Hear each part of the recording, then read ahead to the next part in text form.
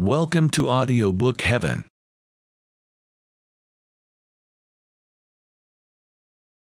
Oliver Twist by Charles Dickens. Chapter 29 has an introductory account of the inmates of the house to which Oliver resorted. In a handsome room, though its furniture had rather the air of old-fashioned comfort than of modern elegance, there sat two ladies at a well-spread breakfast-table. Mr. Giles, dressed with scrupulous care in a full suit of black, was in attendance upon them. He had taken his station some halfway between the sideboard and the breakfast-table, and, with his body drawn up to its full height, his head thrown back and inclined the merest trifle on one side, his left leg advanced and his right hand thrust into his waistcoat, while his left hand hung down by his side, grasping a waiter, looked like one who labored under a very agreeable sense of his own merits and importance. Of the two ladies, one was well advanced in years, but the high-backed oaken chair in which she sat was not more upright than she.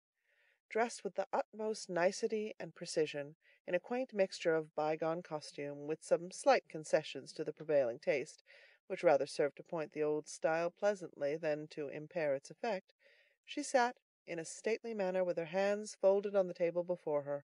Her eyes, and age had dimmed but little of their brightness, were attentively upon her young companion. The younger lady was in the lovely bloom and springtime of womanhood, at that age when, if ever angels be for God's good purposes enthroned in mortal forms, they may be, without impiety, supposed to abide in such as hers. She was not past 17, cast in so slight and exquisite a mould, so mild and gentle, so pure and beautiful, that earth seemed not her element, nor its rough creatures her fit companions. The very intelligence that shone in her deep blue eye, and was stamped upon her noble head, seemed scarcely of her age, or of the world, and yet the changing expression of sweetness and good humour, the thousand lights that played about the face and left no shadow there, above all, the smile, the cheerful, happy smile, were made for home, and fireside peace and happiness. She was busily engaged in the little offices of the table.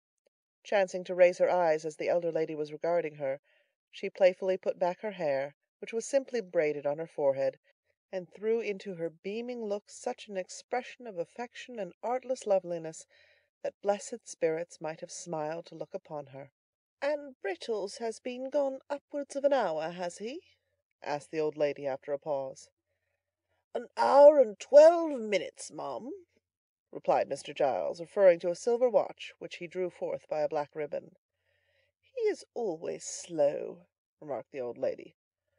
"Brittles always was a slow boy, ma'am," replied the attendant; and seeing, by the by, that Brittles had been a slow boy for upwards of 30 years, there appeared no great probability of his ever being a fast one. "He gets worse instead of better, I think," said the elder lady. "It is very inexcusable in him if he stops to play with any other boys," said the young lady, smiling. Mr. Giles was apparently considering the propriety of indulging in a respectful smile himself, when a gig drove up to the garden gate, out of which there jumped a fat gentleman, who ran straight up to the door, and who, getting quickly into the house by some mysterious process, burst into the room and nearly overturned Mr. Giles and the breakfast table together. "I never heard of such a thing!" exclaimed the fat gentleman. "My dear Mrs. Maylie, bless my soul, in the silence of the night, too! I never heard of such a thing!" With these expressions of condolence, the fat gentleman shook hands with both ladies, and, drawing up a chair, inquired how they found themselves. "You ought to be dead, positively dead with the fright," said the fat gentleman. "Why didn't you send? Bless me, my man should have come in a minute, and so would I, and my assistant would have been delighted, or anybody, I'm sure, under such circumstances. Dear, dear, so unexpected! In the silence of the night, too!" The doctor seemed especially troubled by the fact of the robbery having been unexpected, and attempted in the night time, as if it were the established custom of gentlemen in the housebreaking way to transact business at noon, and to make an appointment by post a day or two previous. "And you, Miss Rose," said the doctor, turning to the young lady, "Oh, very much so indeed," said Rose, interrupting him. "But there is a poor creature upstairs whom aunt wishes you to see." "Ah, to be sure," replied the doctor, "so there is. That was your handiwork, Giles, I understand. Mr. Giles, who had been feverishly putting the teacups to rights, blushed very red, and said that he had had that honour. "Honour, eh?" said the doctor. "Well, I don't know. Perhaps it's as honourable to hit a thief in a back kitchen as to hit your man at 12 paces. Fancy that he fired in the air and you fought a duel, Giles." Mr. Giles, who thought this light treatment of the matter an unjust attempt at diminishing his glory, answered respectfully that it was not for the like of him to judge about that, but he rather thought it was no joke to the opposite party. "Gad, that's true," said the doctor. "Where is he? Show me the way. I'll look in again as I come down, Mrs. Maylie. That's the little window that he got in at, eh? Well, I couldn't have believed it."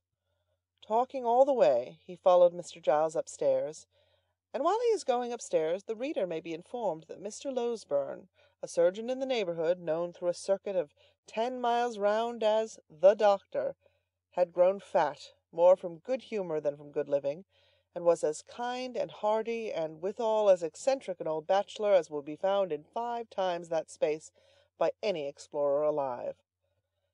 The Doctor was absent much longer than either he or the ladies had anticipated. A large flat box was fetched out of the gig, and a bedroom bell was rung very often, and the servants ran up and down stairs perpetually, from which tokens it was justly concluded that something important was going on above. At length he returned, and in reply to an anxious inquiry after his patient, looked very mysterious, and closed the door carefully. "This is a very extraordinary thing, Mrs. Maylie," said the doctor, standing with his back to the door, as if to keep it shut. "He is not in danger, I hope?" said the old lady. "Why, that would not be an extraordinary thing under the circumstances," replied the doctor, "though I don't think he is. Have you seen the thief?" "No," rejoined the old lady. "Nor heard anything about him?" "No." "I beg your pardon, ma'am," interposed Mr. Giles, "but I was going to tell you about him when Dr. Losberne came in." The fact was that Mr. Giles had not at first been able to bring his mind to the avowal that he had only shot a boy. Such commendations had been bestowed upon his bravery that he could not, for the life of him, help postponing the explanation for a few delicious minutes, during which he had flourished in the very zenith of a brief reputation for undaunted courage. "Rose wished to see the man," said Mrs. Maylie, "but I wouldn't hear of it." "Humph!" rejoined the doctor. "There is nothing very alarming in his appearance. Have you any objection to see him in my presence?" "If it be necessary," replied the old lady. "Certainly not." "Then I think it is necessary," said the doctor. "At all events, I am quite sure that you would deeply regret not having done so, if you postpone it. He's perfectly quiet and comfortable now. Allow me, Miss Rose, will you permit me?